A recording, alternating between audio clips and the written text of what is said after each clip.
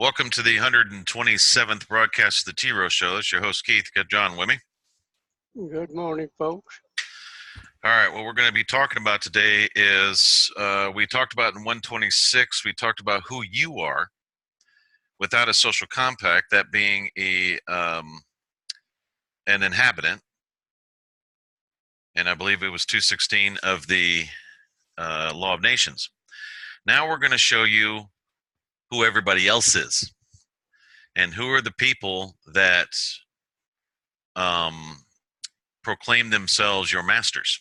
So let's go. So what we've got here is the first thing we need to do is go back during the Articles of Confederation, okay? And what was going on then in 1781. Not the Confederacy of the Confederate States of America. That was later on in the Civil War. People get that mixed up, okay? So when people say Confederation or Confederacy, they're thinking, oh, well, that's Civil War stuff. No, go all the way back to 1781, not the 1800s. Okay, there was 1776, which was the Declaration of Independence. Then it went into the Articles of Confederation in 1781. Okay, so what we do here is show you a little treaty that was going on, which was the Treaty of Peace between the United States and Great Britain. Okay, and right here it names Arch Treasurer, Prince Elector of the Holy Roman Empire and of the United States of America, and you'll see it has a lowercase t in the United States of America. This stuff makes a difference if anybody understands businesses and business entities. If they understand any of that, they'll know that this makes a difference. Everybody else will just go, what difference does that make, and blah, blah, blah. It's just this and that's called a claim jumper because they don't know the difference. And there's a huge difference in that. Did I understand you to say that was the Holy Roman Empire? Yes. That's what I thought you said. So, it wasn't with Great Britain, was it? no, it was with the Holy Roman Empire. That's right. Go ahead. Okay. So if that's the case, then what we need to do is move over to the other side of this, and I'll show you the Articles of Confederation. You will see that let me know if this doesn't switch, the style of the Confederacy was the United States of America, and that had an uppercase T, okay? It looked good on the board. All right. So this Treaty of Peace had nothing to do with 1781 Articles of Confederation. So it was a treaty with the United States, not the United States of America. So obviously there were two separate timelines. And this is what we keep telling people. The United States Postmaster General position didn't start until 1789. The one with Benjamin Franklin started in 1775. So there were two separate timelines. That's what we keep trying to explain to people, but they don't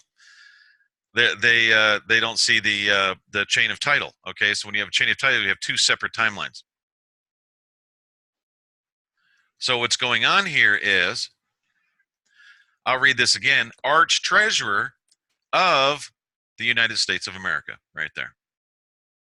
Okay, this entity did not exist yet, folks. This was in 1783. And remember, they put on this big thing that, oh, we're going to go ahead and we're going to amend the Articles of Confederation. We're going to have this big convention and all this other stuff. Well, that's not what it was actually. That's just a falsehood of the history. And remember, it says of the United States of America. Then what do they do? Okay. Years later, 6 years later, this entity comes up again.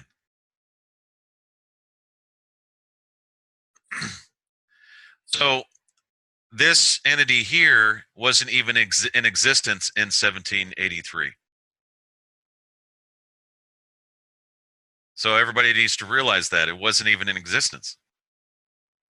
If you go back, read this part here and see the entity. Here, go to the Articles of Confederation, notice that the entity is much different with the uppercase T. Then you go to that Constitution and you'll see this entity here, same entity, 6 years later, or yeah, about 6 years later. So you see, folks, your perception of history and the 1781 Articles of Confederation is all confusing. It's confused. Keep in mind what we talked about under the Law of Nations and the differences with inhabitants and citizens and the social compact. Keep that in mind because we're going to get to that here in a minute.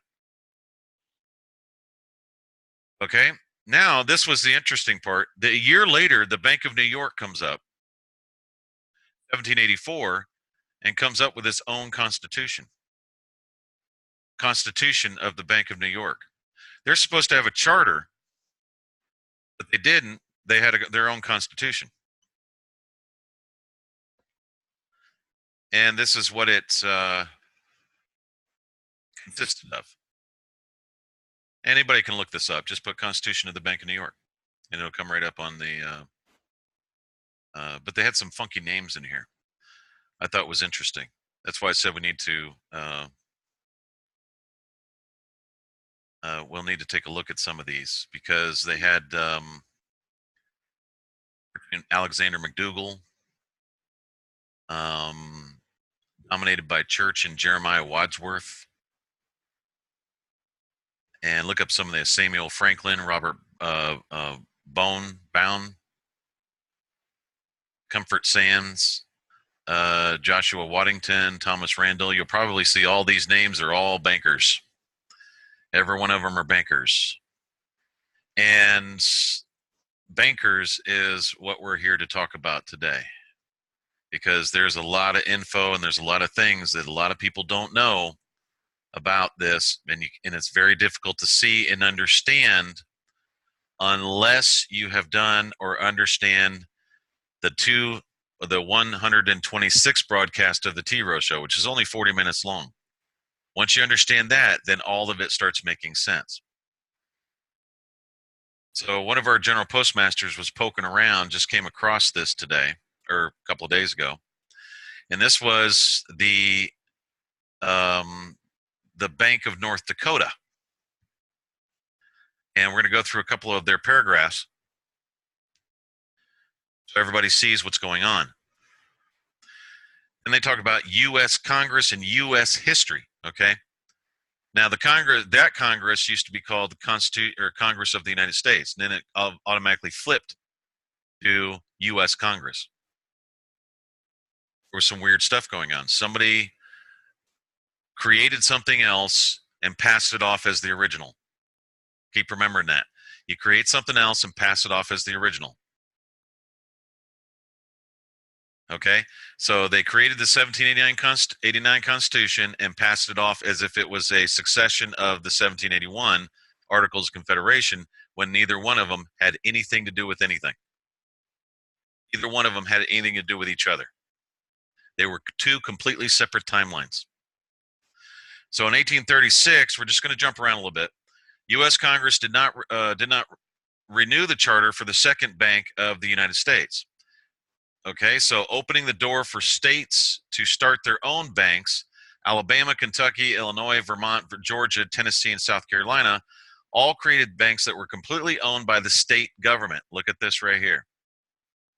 Okay, remember the spellings. That's a lowercase s state. Missouri, Indiana, we've already talked about this, the lowercase s state as being a creature of the state or a state within the state. And this is on their website. So we've got this directly off their website. So they wrote it absolutely correct. It blew my mind that they did. Missouri, Indiana, and Virginia had banks with the state holding. That's another state right here. Uppercase S state. Let me go ahead and make this a little bit bigger so everybody can see it.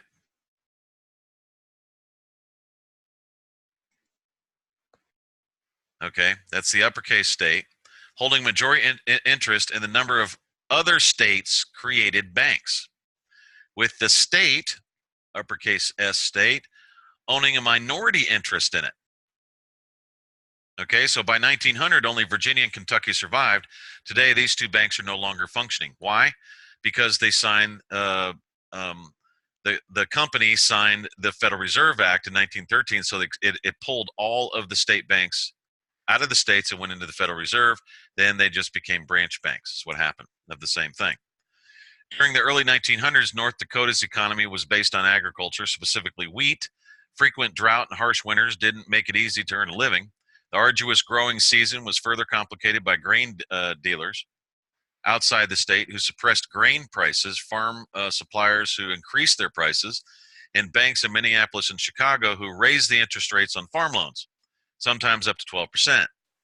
Now, North Dakotans were frustrated, and attempts to legislate fair business practices failed. Now, why is that? Because the North Dakotans didn't own it.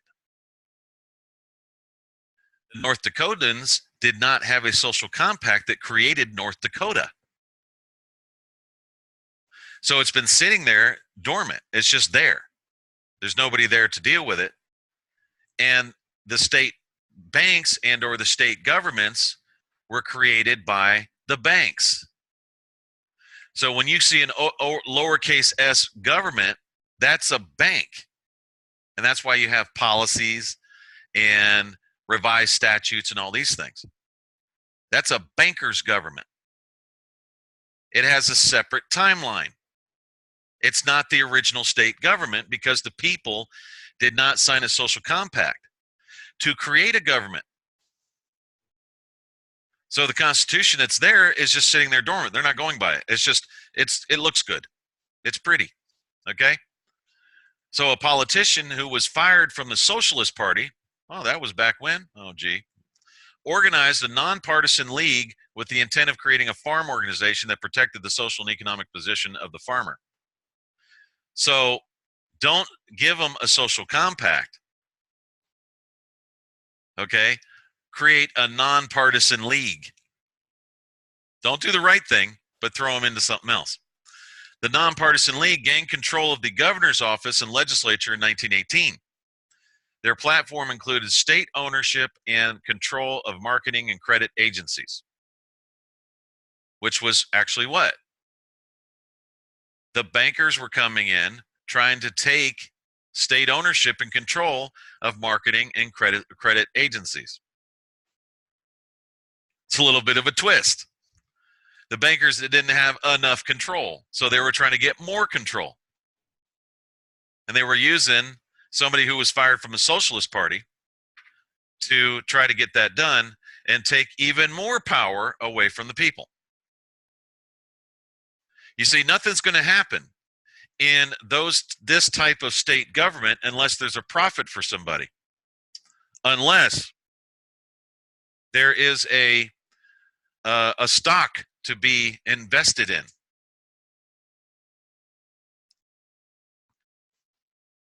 So everybody needs to understand that. So people going up saying, hey, this is for the people and blah, blah, blah. If there's no money in it, they're not going to listen to you. They're just going to blow you off. Because those guys are not actually politicians. They're lawyers that are part of the American Bar Association, and they run the state money for the bankers. That's what they do. If there's no profit in it, they're not going to touch it. An attorney general is not going to do anything unless there's profit in it. For who? For the bankers, not for the people. That's how it operates. Nonpartisan league gained control. Okay, in 1919, the state legislature, who was what? Oh, gee, it was the bankers right here, established Bank of North America, or North Dakota, and the North Dakota Mill and Elevator Association. So they created a private membership association. BND opened on July 28th, 1919 with $2 million of capital.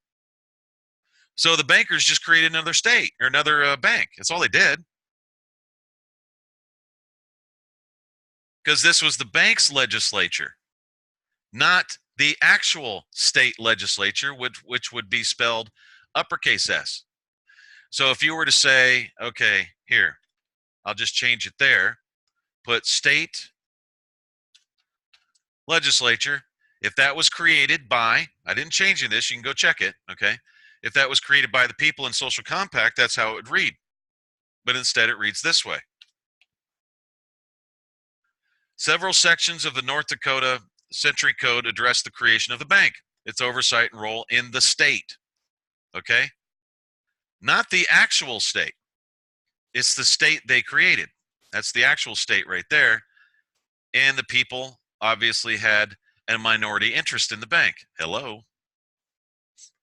Right here. Today, the North Dakota legislature will appropriate funds from BND who needed through the budget process or state law. This is banker law. Banker government, banker legislature. Has nothing to do with the people because the people are considered inhabitants. They're considered foreigners to the state of North Dakota.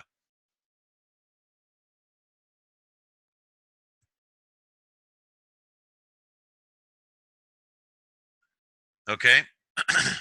That's how this operates. You can read the rest of this if you'd like. We'll put the link down below, okay? Down below the video. But what does this actually mean? This means that the people, the whole country, the whorehouse that it is, by the way, is run by the banks. The banks have their own courts outside of the state constitutions. They have their own legislature outside of the state constitutions. They have their own offices, and they make all the rules for themselves under associations. And the people, oh, it's good for the people. They can work. But this has been going on since the beginning.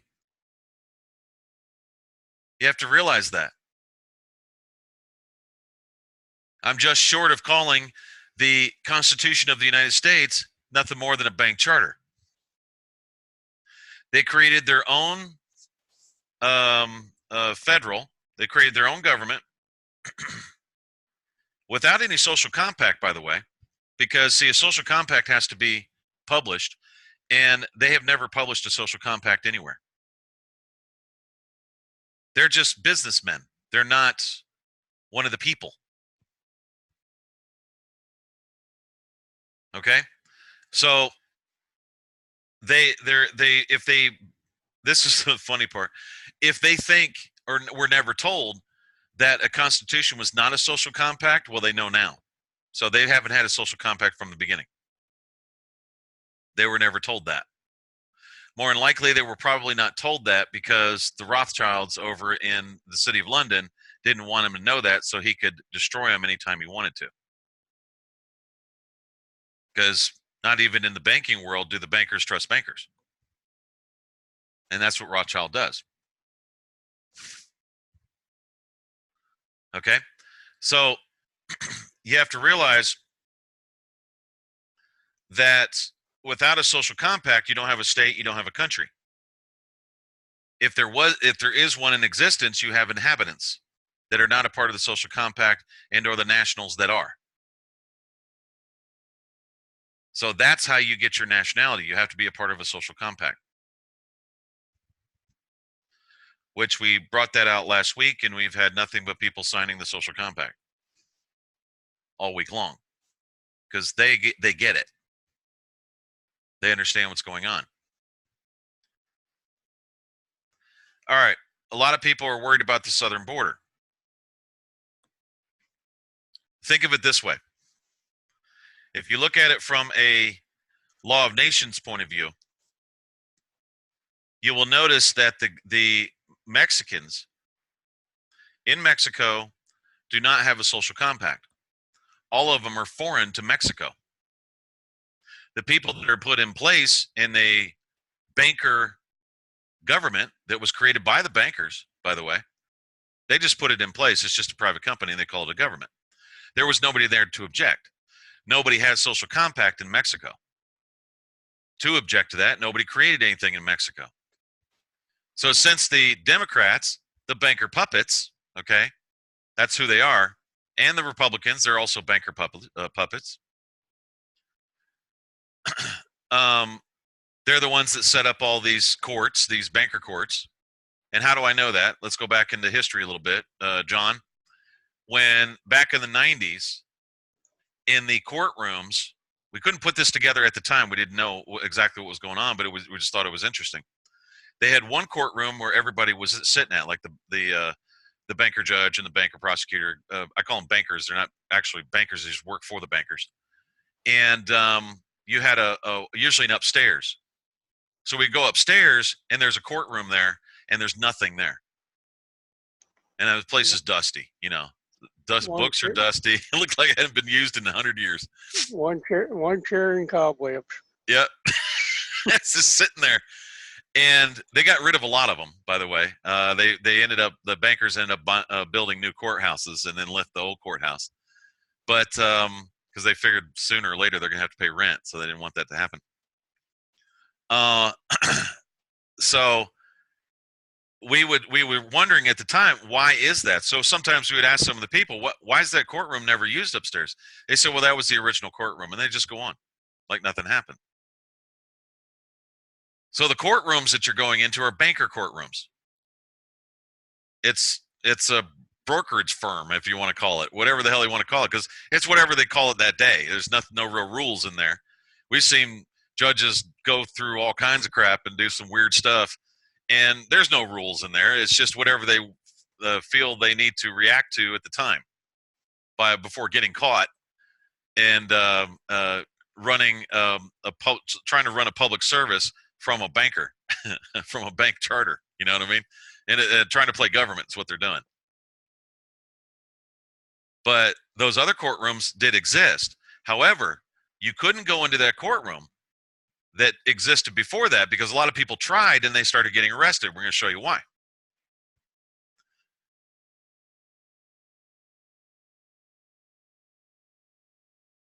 Okay, this is just a little chart to just give you an idea. All right. First of all, you have a banker's court, then you have a sheriff's office, and you have foreigners on the left. I'm going to explain this to everybody. So when we're telling you don't do that, we're not trying to tell you what to do. We're trying to keep you out of jail. But of course, when you're dealing with people that are under stress or just don't know or just completely ignorant about their whole situation, they always think you're trying to tell them what to do. It's kind of like a teenager when you tell a teenager when they're 18, hey, I don't care what you do, just give me a call. And then they don't give you a call because they're independent and they're this and we do our own thing and all this kind of thing. That's the same thing, all right? So you have the original state court and Constitution, office of the sheriff, which is what it originally was called, okay? And then you have inhabitants. All right, now this is what, I'll set this up. If you were lucky enough to find the original state court, in other words, you were going into the Constitution from way back when, and you found the original state court, in that state court, actually, there was a room there, but nobody's using it, and you tried to enter into it, you would be arrested as a foreigner, invading the original state. You would be arrested as a foreigner, invading the original state by the very bankers that don't use it themselves.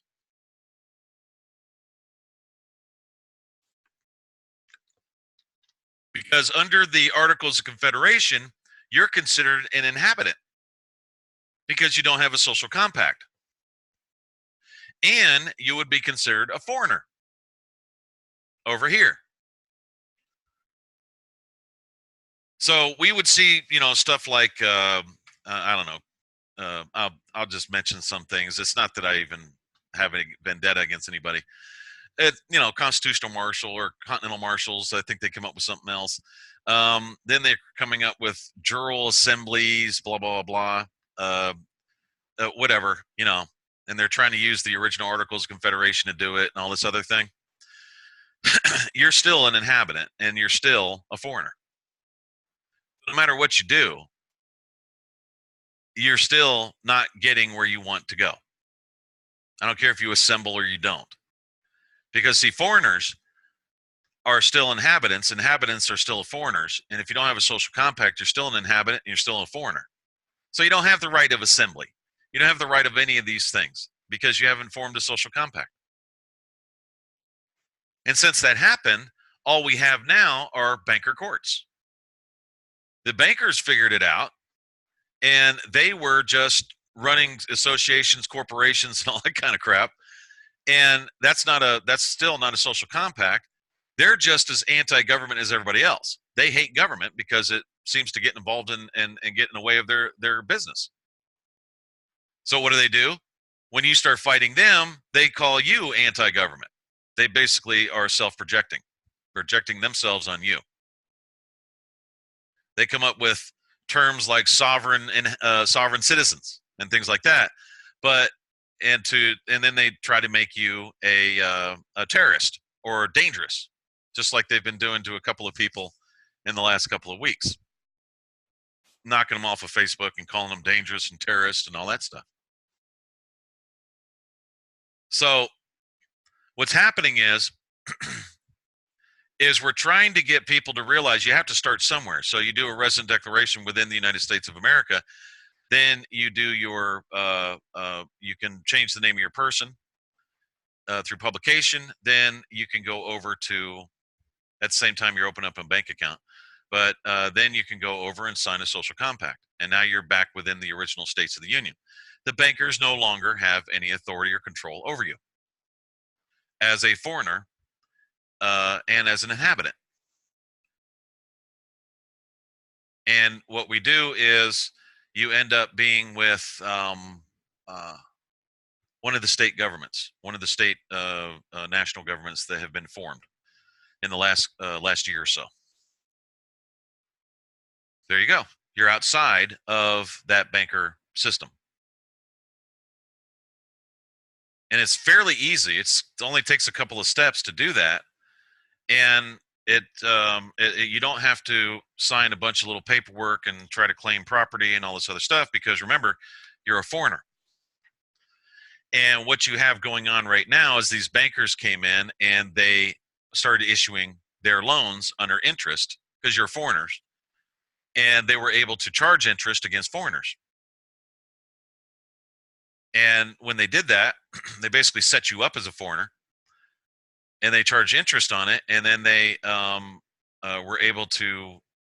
They were legally able to do it, and they were able to confiscate the property back into their trusts and things like that were created because you couldn't pay the loan, or they didn't. What we call it, print the interest so that you could pay the loan off. Basically, setting you up. So the foreigners, they just turned them into slaves. Is all they did. And that's basically what happened. However, things can turn around. So let's go back to Mexico. These same bankers are trying to open up borders because they're saying, well, all of you are foreign anyways. You don't have really any say. And they want to become gods in the New World Order and tell everybody what to do with their awesome technology and all this stuff and the highly advanced AI. And now they're gods among men, right? Well, why don't we just do this?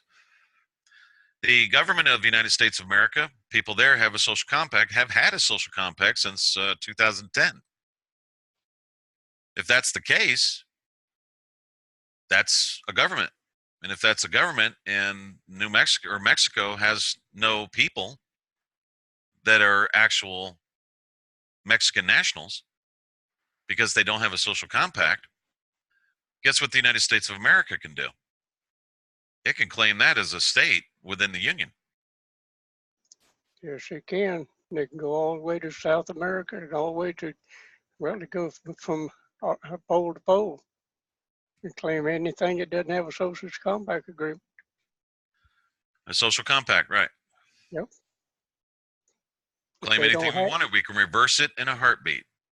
If they don't have a social compact agreement, they have no population within those countries. It's uninhabited.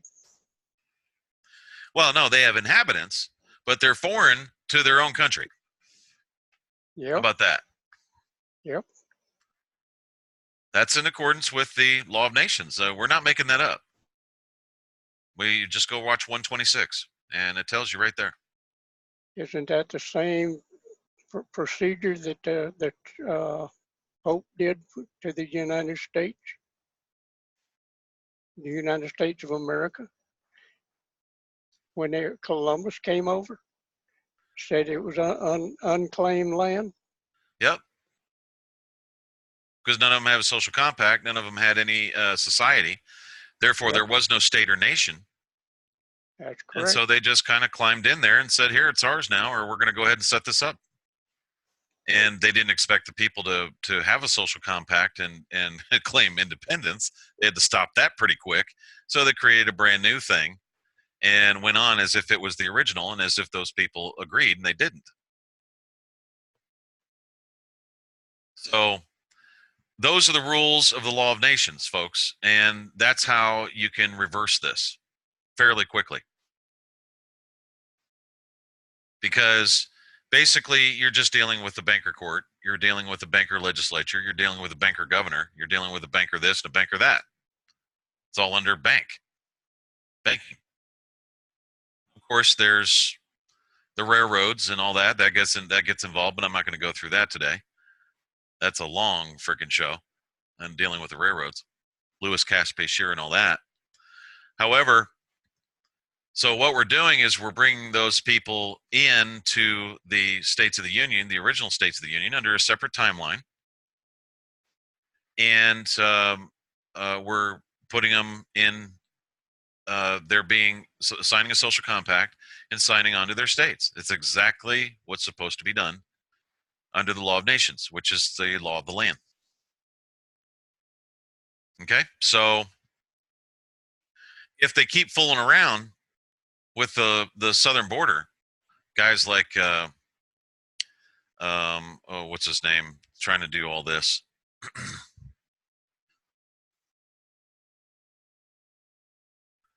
If guys like Soros keep fooling around and other people keep fooling around with this, the bankers, if they keep screwing around, every country that they open the borders on, the people with the real social compact and a real government and a real country are just going to claim it and take it right out from underneath them.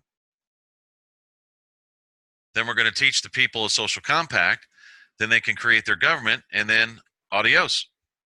Now they have their country back. It's fairly simple to do. Very easy to do. So their plan to implement a new world order was actually extremely weak. It's a weak plan. So keep screwing around with the borders and keep acting like you guys are all advanced and that we're just not that type of people. Because you see what happens. You seen L.A. It's turned into a crap hole. You've seen all that San Francisco, same thing. They don't know how to manage anything because they're not politicians. They're bankers. They're business people. If it doesn't profit them, they won't do it. It was profitable to put syringes out on the street because then they could sell them. It's not profitable to go clean them up. It's not profitable to clean up the crap on the streets. None of that's profitable. It costs some money. Everything is about money, money, money. Has everybody noticed that? You watch the news, Dow Jones, they always give the money thing. That's all about money. Everything's about money. Somebody was charged. This is how much the bond is. Somebody was charged. This is how much the bond is. They're just giving public notice of the existence of the bond. That's all they're doing. They don't care what the guy did or the woman did. They don't care. It's all about the money. So now that I'm saying that, watch when you go back on television and start watching the news, you'll realize all the news is about money. They don't care about anything else. So they're trying to say, okay, we want open borders. Great. You want open borders? If Mexico accepts that, boom, we're claiming Mexico as a state within the original union. We're going to offer them a social compact so they can create an actual government. They're going to have their own money, and we're going to back out, and they got their own country again. Very simple to do. And Trudeau has already said that the border, his southern border, doesn't exist. Well, then we'll claim Canada. That means that there's no social compact that gives the Queen any authority to claim Canada. That's right. So therefore, we could claim Canada. They could sign a social compact, start their own government, and recreate Canada under that social compact, and then they got their country back. They can actually we can actually claim it, make them a state of the original Union of 1774. Yep. And then teach them how to do that, and they would have their independence. Yep. Very quickly. Because the Queen can't come back and say anything. She's got to produce a social compact that she has any authority in Canada. That's correct. And all the Canadians that have to do then just hang their own flag up there and now designate the laws they use. That's right. And every time they get attacked by the Queen and the bankers, all they got to do is sue them for violations of the law of nations. Yep. Because they don't have a social compact. All they have is titles that the Queen handed out to them. And there was no social compact that created the titles in the first place.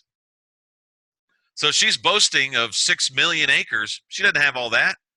The Australians never signed a social compact to give the Queen the authority over Australia. They're not subjects of the Queen. You're living in a dream world. Everything is a dream world. It's been made up. It's a facade. How can a sheriff exist if the people in the county never signed a social compact to create the constitution of the county to create the sheriff? That was put in place by a banker under a corporation. That was it. They have to go back to the original office in the Constitution of the state of Florida, find the sheriff, or put one in there, and that's the actual sheriff within the county.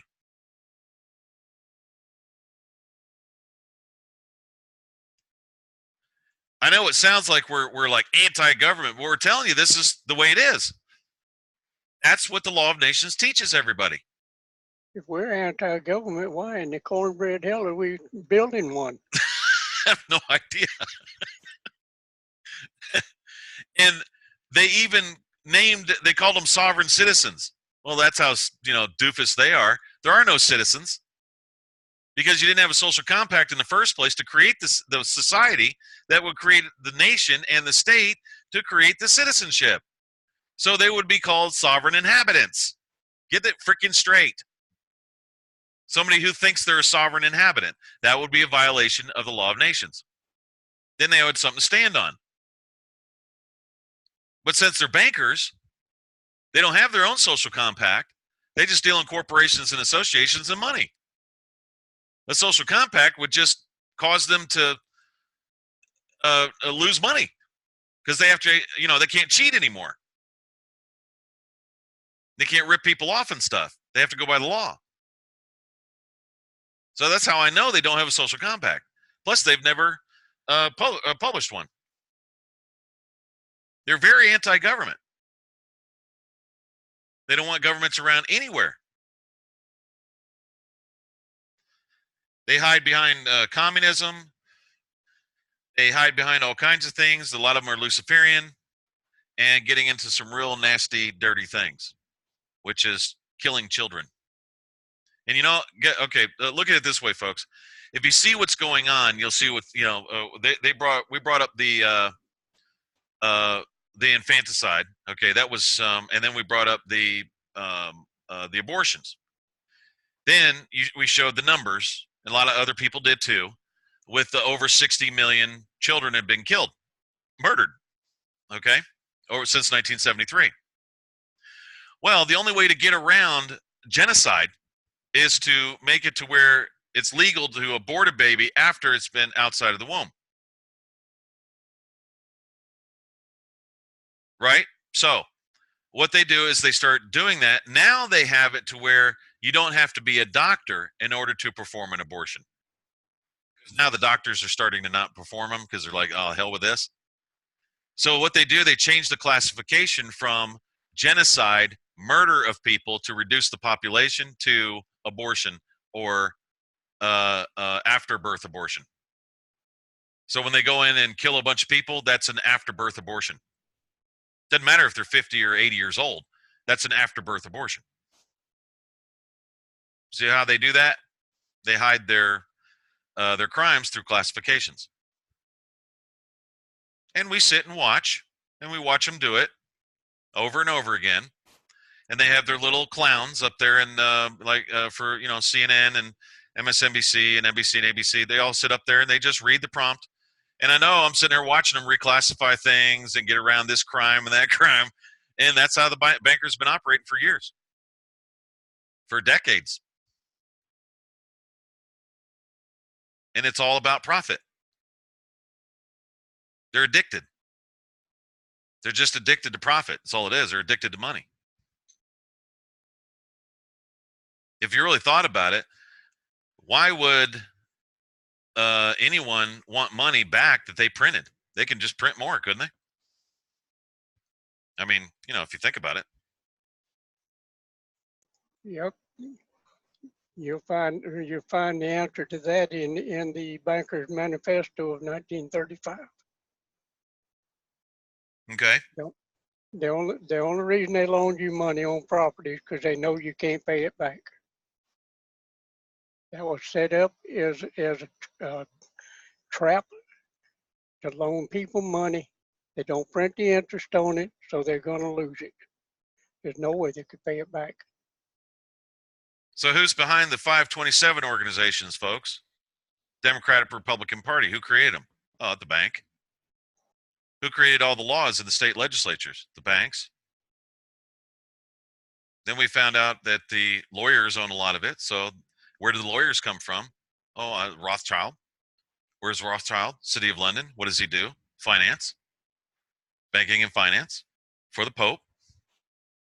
All connects. All goes all the way back. Shows exactly what they're doing, how they're doing it. They don't care about a new world order. They don't care about revelations. They don't care about Bible. They don't care about any of that. They just care about profit. It's a challenge for them.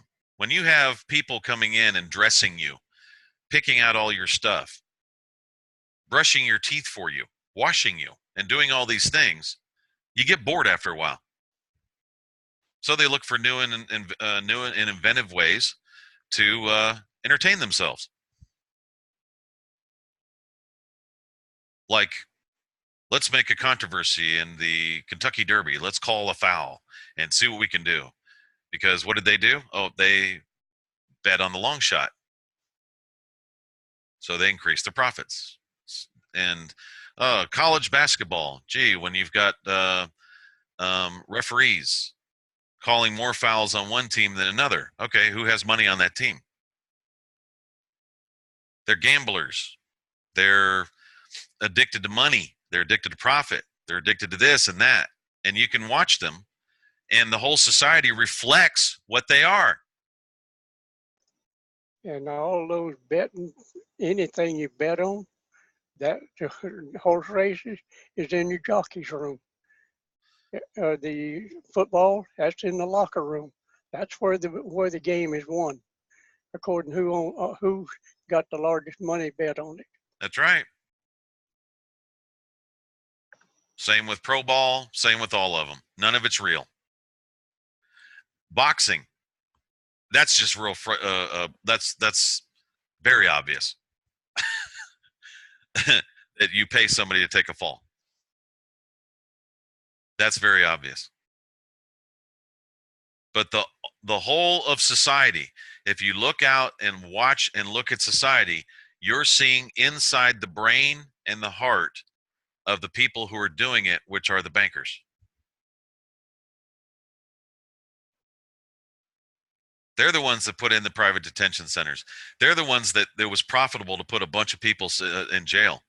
They control the state governments, which is lowercase s state. In other words, the bank or the fake government.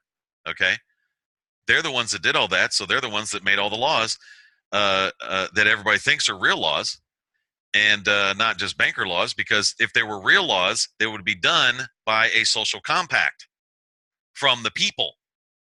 But since nobody signed one, we know that they're not really laws. That's not us saying it. That is them saying it. And we said that in, I think it was 124 or 125.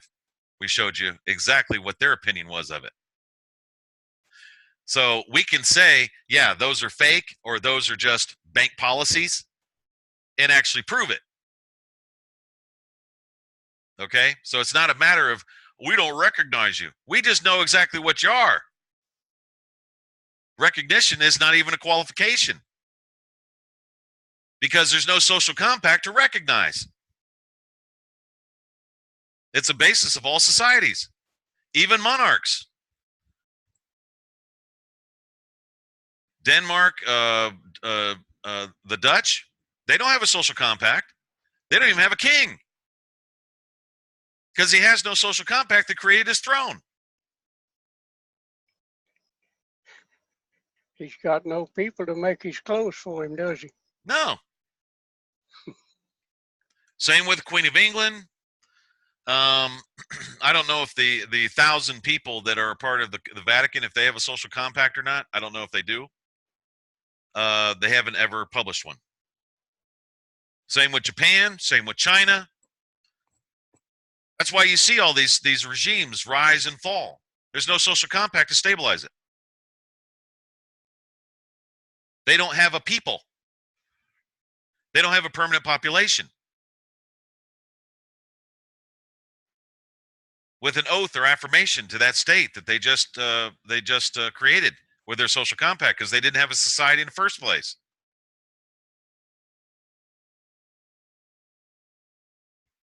So you have to realize that, and that is what you realize as being fake. A police officer comes up to you. Who gave him his police powers? It wasn't a union. It wasn't the fraternal order. Nobody did because there's no social compact. He was hired on to do business as a police officer and to do policing. Nothing else. He didn't get that authority from the people because the people never signed a social compact to create his office. Just another bank guard. It's the same thing with a judge. There is no judge. It's a company that does business as a judge. There's no prosecutor. It's a company that does business as a prosecutor. The people did not give the prosecutor. He can't represent them if there was no social compact that they signed to create his office in the first place.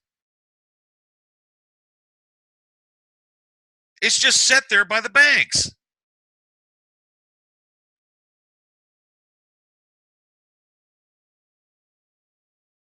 So that's what living in the matrix is, folks. When you're seeing it, you're living in a dream world, a world that was never created. That's why it rises and falls so quickly.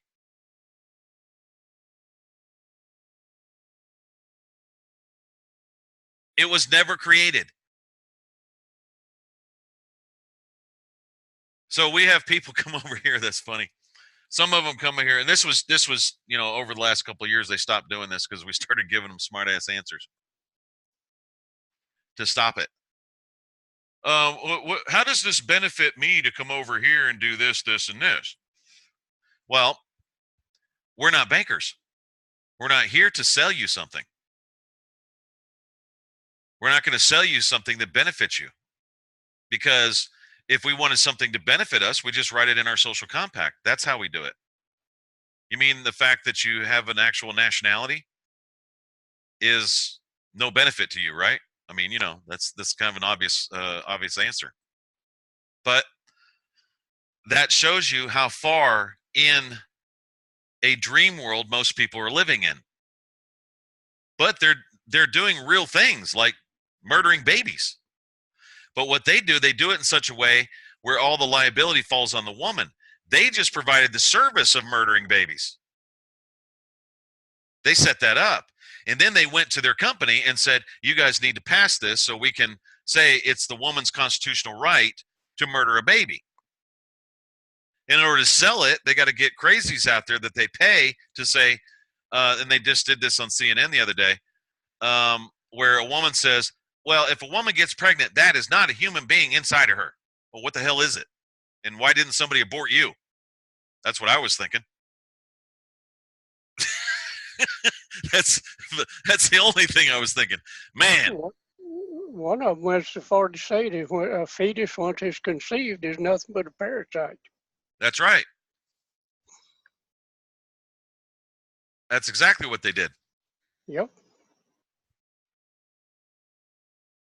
So those people that are saying that, why weren't you in the 60 million? Then they would start thinking about that for a minute if somebody's saying that to them. Why weren't you in the 60 million that got killed and were murdered and thrown in dumpsters and thrown in, commercial containers and all that kind of crap?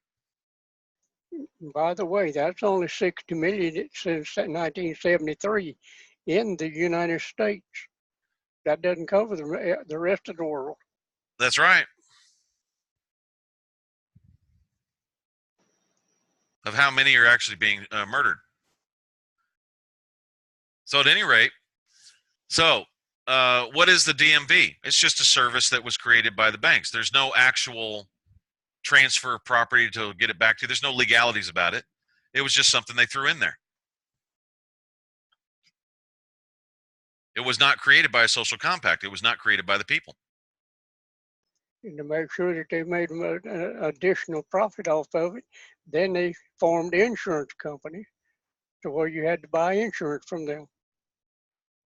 Yeah, it's just a service because it involves the insurance company, it involves the towing company. So they give that service access to a towing company and then a mechanic, and then they get this then they have a police report. That's just another service of the bank. And if there's a squabble, they go to court. That's just another service of the bank. But none of that was created by the people. Yeah, that's right. But you have to pay for every piece of it through your hard labor. And they finally figured out a way through bonds in the stock market to make it profitable to prosecute people with investors and stuff like that in bonds. So they made it profitable there. So that's why all of a sudden a bunch of people were going to jail, whether they were guilty or not. And if you don't go along with the banker service, that's a monopoly. They do pain compliance to make sure that you're going to accept that service. And then they start claiming you're a danger to society. No. What that is that if people figure it out, they're a danger to your service. Meaning they're exposing the fact that it's just a service and not an actual government. Yep, that's right. And why isn't it an actual government? There's no social compact that created it. All governments are founded on the authority of the people. It's written everywhere. If the people never signed a social compact, there was no authority, so therefore it's just a banker service. All the way to Rothschild. And who does he represent? That would be the Pope. And who protects the banks? U.S. military. Who does the U.S. military belong to? The banks. They protect the bank. It's just banker toys is all they are. New weapons and all that kind of stuff. And then they just label you, oh, you're one of our citizens as long as you're giving them money.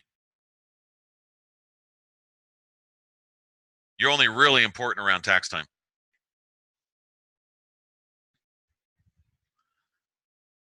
So if that doesn't wake anyone up, then really you can't really get somebody to wake up over that. What else can you say? We need to cover anything else?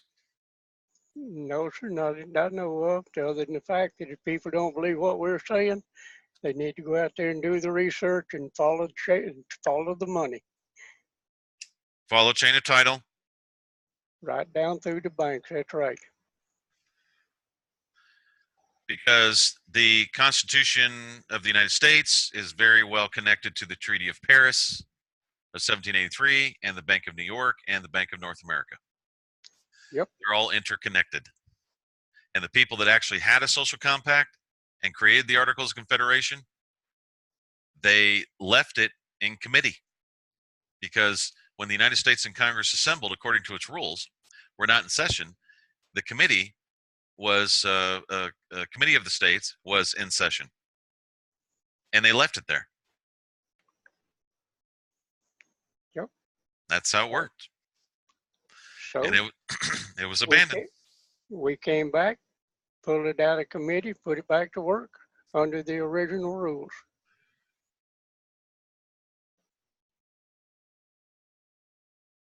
So you're not going to get people looking for benefits. That's all fine and good. If we did bring Mexico into the states of the Union, they really wouldn't have a choice because they're all foreigners to their own country. We would actually have to explain that to them, and also Canada do the same thing, and basically give the finger to the freaking queen because she's not really in charge over there. That's just a farce. Remember, she's an NWO. I think she's also claiming to be a direct descendant of Muhammad. I think she's trying to pull that too, which is funny. If it benefits her, she'll claim it. But anyway, all right. Thanks for listening to the this broadcast of the T-ROH Show. We will see you next week.